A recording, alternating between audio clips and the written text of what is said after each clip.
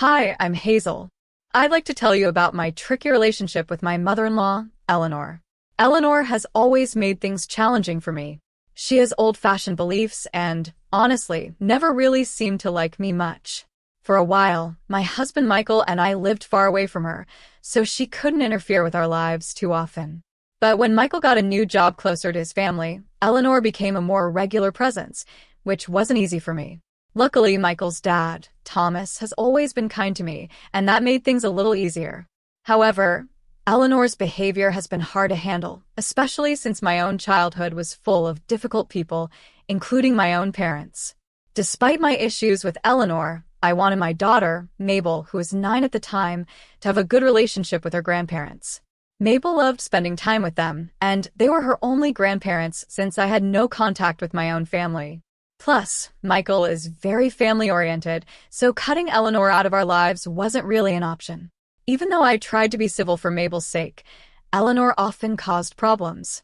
One major issue was how Eleanor would criticize Mabel's diet. She believed I wasn't feeding Mabel right and insisted Mabel needed more nuts for protein. But there was a huge problem with this. Mabel is allergic to nuts. Even the smell of nuts can make her sick. I explained this to Eleanor multiple times, and even the doctor confirmed that Mabel's meals were balanced and safe for her. But Eleanor just wouldn't accept it. She kept saying Mabel needed to get over her allergy by being exposed to nuts, and she even went as far as to call me a bad mom. Things got tense because Eleanor didn't just ignore Mabel's allergy. She tried to convince Mabel to eat nuts. Thankfully, Mabel knew better and always said no. But I was still worried about what Eleanor might do, so I talked to Michael about it. I'm really worried about leaving Mabel alone with Eleanor, I told him. I'm afraid she might try to give Mabel nuts, thinking it will somehow help her allergy. Michael tried to calm me down. Don't worry, Hazel. My mom has her old-fashioned ideas, but she knows her limits, and Dad is always there to step in if needed. Mabel loves being with her grandparents, and we can't just stop her from seeing them over this. I understood Michael's point, and I knew Mabel enjoyed spending time with her grandparents. But Eleanor's refusal to respect Mabel's allergy genuinely scared me. We really need to talk about this, Michael. I don't want to keep worrying every time Mabel is with them, I insisted. Michael continued to reassure me. It's okay, Hazel. I'll talk to my mom, and she'll listen to me. Mabel loves her grandparents, and it wouldn't be fair to take that away from her over something like this. I wanted to believe Michael, and I didn't want to take Mabel away from her grandparents, especially since she had never expressed any hesitation about seeing them. But I didn't realize just how stubborn Eleanor could be. The situation finally escalated at Mabel's 10th birthday party. We invited Thomas and Eleanor, and they were excited to come. When they arrived, Eleanor handed Mabel a big gift wrapped in bright paper and exclaimed, "Happy birthday, Mabel. I got you something really special." Mabel thanked her and then curiously looked at her grandpa, asking, "What's inside, Grandpa?" Thomas just smiled and said, "I have no idea. Your grandma picked it out and even I don't know what it is. Let's find out together." "Come on, Mabel. Open it. I bet you'll love it," Eleanor said, looking more excited than usual. At that moment, a part of me felt uneasy, as if Eleanor's special gift might be something more than what it seemed. "I can't wait to see what you got me, Grandma. I'm so excited," Mabel exclaimed with a huge smile. "We'll open all the gifts after we cut the cake, Mabel," I suggested. "Let's wait until all your friends arrive, and once we finish the cake, you can start opening presents." Eleanor, however, had other plans. "No, Mabel needs to open my gift before the cake. That's why I came early to give her this special present," she insisted. I felt uneasy, but Mabel looked genuinely thrilled by her grandma's big, heavy gift, so I decided to go along with it. If this made Mabel happy on her birthday, I wasn't going to say no. What I didn't know was that Eleanor's special present would turn the whole celebration into a nightmare. When it was finally time to open presents, Mabel eagerly unwrapped her grandma's gift. Inside, she found a big, beautiful cake with her name on it. For a moment, she was delighted, until suddenly, she passed out right in front of us. Panic surged through me as Michael and I rushed to Mabel's side, her face turning pale and her breathing shallow. We saw her throat starting to swell up, and in a flash, Michael grabbed the epinephrine shot while someone else dialed 911. My heart was pounding, and I couldn't think of anything but Mabel. Knowing exactly who was behind this, I turned to Eleanor, trembling with anger. Eleanor, what on earth did you put in Mabel's cake? I demanded. Tell me what's in it. My voice shook with fear and fury. Eleanor acted innocent, shrugging. I didn't do anything, Hazel. It's just a regular cake. I have no idea what's happening. Maybe it's something you did. You're always ignoring my advice about her nutrition, and now look at her. She accused me, as if this were somehow my fault. Focusing on Mabel, I ignored her excuses and gave her the emergency shot I always carried for moments like this. After a few minutes, Mabel's swelling went down a little, but she was still unconscious. I knew she needed to go to the hospital right away. Tears filled my eyes as I watched my daughter lying there, and even Michael looked close to breaking down. Eleanor, seeing the gravity of the situation, began to cry as well. Trying to make sense of what happened, I cut open the cake, and what I found inside confirmed my worst fear. There were nuts in the cake. My heart sank. Eleanor, how could you? I told you again and again that Mabel is allergic to nuts. Do you have any idea how dangerous this is? I demanded, barely able to contain my anger. Eleanor looked defensive. I was just trying to help Mabel, not hurt her. I think you're too strict about her diet, Hazel.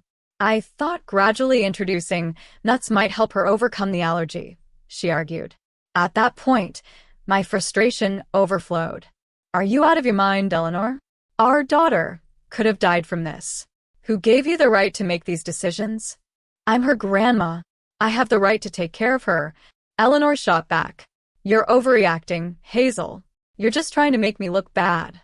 Just then, the ambulance arrived, and the paramedics quickly tended to Mabel before taking her to the hospital.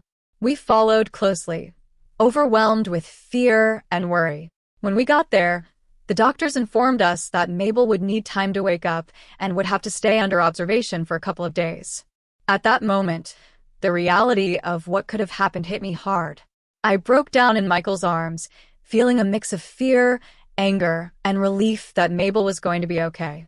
We'd made it through the worst, but I knew things with Eleanor could never go back to the way they were after I called Thomas to let him know that Mabel was safe. I turned to Michael, unable to hold back my anger. I'll never forgive Eleanor for what she did today, I said. She put our daughter's life at risk. It's unbelievable that she'd go this far. She was only thinking about herself, trying to make me look like a bad mom, without even considering how dangerous it was for Mabel. Michael looked down, clearly shaken. I can't believe she'd do something like this. It's like I don't even recognize my own mom anymore. I thought she cared about Mabel's happiness, but now I see she only cared about making herself look right. I'm so sorry I didn't realize sooner, Hazel. I should have done more to protect Mabel. Seeing the truth about his mom for the first time, Michael looked devastated. He began to understand the depth of what had happened and how much harm Eleanor's actions could cause. Even Thomas, who had always been a kind grandfather, was clearly shaken by Eleanor's behavior. She had gone too far this time, and we all knew it was serious. We couldn't let Eleanor keep hurting Mabel. Her actions were a real threat to our daughter's safety, and we were committed to protecting Mabel from that kind of influence. We realized that keeping Eleanor in our lives wasn't safe for Mabel, and we couldn't let it continue. While Mabel was still in the hospital, Michael and I made a difficult decision. We needed to address what had happened and make sure Eleanor wouldn't be able to endanger Mabel again. When we got back home, we found Thomas trying to reason with Eleanor, but she seemed indifferent, busying herself on her phone. The untouched birthday cake sat nearby, a painful reminder of what had happened. When they noticed us, Thomas and Eleanor hurried over. I just got an update, I said. Mabel is in good hands and will recover soon. She's still unconscious, but the doctors are hopeful. Eleanor, completely missing the gravity of the situation, dismissed our worry. Thank goodness, Mabel will be okay. But really, this isn't a big deal. She'll be fine, and her nut allergy will go away soon enough. That was the final straw. Michael's patience broke, and he confronted her. Mom, do you even realize what you've done? You put Mabel in the hospital and now act like it's no big deal. Your stubbornness and disregard nearly cost Mabel her life. Thomas, equally upset, voiced his disappointment. The guests who had stayed behind to support us looked shocked and disapproving as they watched Eleanor's lack of remorse. I had had enough, too. Eleanor, I said firmly, we've given you so many chances to change. But even after putting my daughter in the hospital, you're showing no remorse. This is it. You're no longer welcome in our lives or near Mabel. You are banned from this house. Eleanor glared at me. You can't tell me where to go. Michael would never cut me off over a disagreement about how to raise my granddaughter. But Michael stood his ground. No, Mom, he said, his voice firm. You're not welcome here anymore. Dad can visit anytime, but not you. He's the only grandparent Mabel has who cares about her safety. You put her in the hospital and acted like it was the right thing to do. I can't let someone so careless be around my daughter. Eleanor was stunned. She had always counted on Michael to side with her, never expecting him to turn against her. With the guests looking on in disapproval and Thomas deeply disappointed, she realized she was alone in her actions. From that moment, Michael and I knew we'd done the right thing for Mabel's safety. It was painful, but we had finally taken a stand to protect our family. In a final act of desperation, Eleanor screamed at us, blaming me for turning everyone against her. This is all your fault, Hazel. You made them hate me. I'll never forgive you for this. You should be begging for my forgiveness, she yelled, her voice filled with rage. I'll take you to court for grandparents' rights, and the judge will let me see Mabel. Just you wait. I kept my voice steady. You're not likely to get grandparents' rights from jail, Eleanor, I replied. I'm sure the judge will find it interesting that you, someone who endangered her own granddaughter, would ask for visitation rights. Eleanor's face fell. Jail? What are you talking about, Hazel? I didn't do anything wrong. Didn't do anything? I shot back, my voice rising with anger. Exposing a child to an allergen she's severely allergic to is considered endangering a minor. It's a serious crime. Maybe you didn't realize, but Michael and I did. We've already called the police. And here they come. In disbelief, Eleanor looked toward the door as 2 police officers entered. She began to panic, desperately pleading, No, please, this can't be happening. You can't arrest me. But her words fell on deaf ears as the officers informed her she was under arrest. She clung to Thomas, begging him to do something. Thomas, you can't let them do this to me. I'm your wife. Thomas looked at her sadly. Eleanor, I warned you for years to change, to be kinder, but you never listened. Today you put our granddaughter in harm's way. I won't protect you from the consequences. Eleanor turned to Michael, her son, for support. But he stood firm.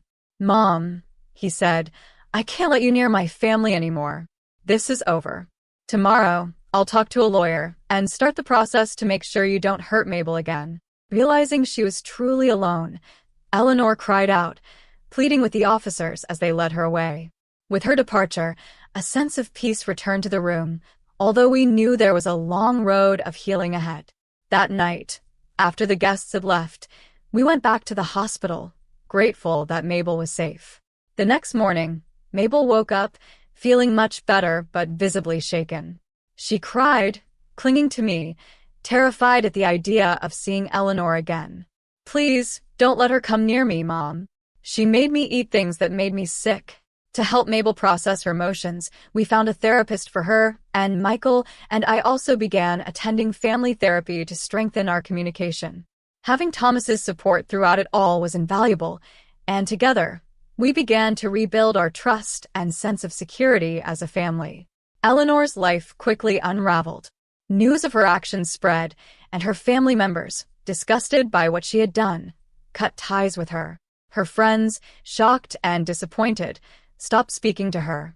Left with no one to turn to, she found herself in desperate need of help but couldn't find anyone willing to support her. Adding to her downfall, Thomas filed for divorce the following day, delivering the papers to her while she was still in jail. Enraged and helpless, Eleanor was left alone to face the consequences of her choices. For us, it marked the beginning of a new chapter, one focused on healing and unity. Mabel's resilience shone through, and with Thomas's unwavering support, our family grew stronger, free from the fear and chaos Eleanor had once brought into our lives. In the months that followed, Thomas managed to secure a quick divorce, leveraging state laws and the police report as solid evidence. Our legal case against Eleanor continued, and although she was expected to cover Mabel's medical bills, her financial troubles ultimately led to a lengthy prison sentence after the judge ruled against her. Additionally, we were granted restraining orders to keep her permanently away from our family.